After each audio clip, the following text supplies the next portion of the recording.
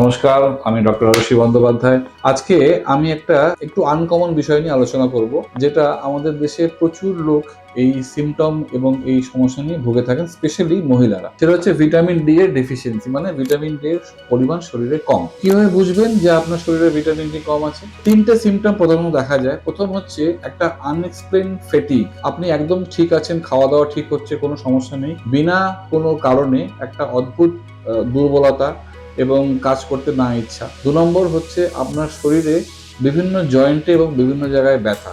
Yes, ব্যথা হওয়ার অন্যান্য আরো অনেক কারণ আছে, কিন্তু this is also one of them, যে ভিটামিন ডি কম হওয়া। ৩ নম্বর হচ্ছে আপনার খুব তাড়াতাড়ি সর্দি, কাশি বা অন্যান্য তার জ্বর হয়ে যাওয়া খুব বেশি বাড়াবাড়ি হচ্ছে, কারণ ভিটামিন ডি আমাদের শরীরে টু সাম এক্সটেন্ট আপনার ইমিউনিটির জন্য কার্যকরী। এই তিনটে প্রধান উপসর্গ যদি দেখেন, আপনার ডাক্তারের সঙ্গে যোগাযোগ করুন। ভিটামিন ডি লেভেল টেস্ট করা। ভিটামিন ডি বিভিন্ন খাবারের মধ্যে, দৈনন্দিন খাবার যেগুলো আমরা খাই, সেই খাবারের মধ্যে অনেকটা পরিমাণে আমরা পাই।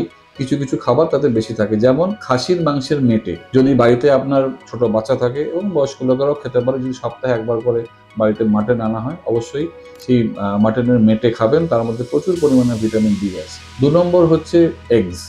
এগস রেগুলার খাবেন।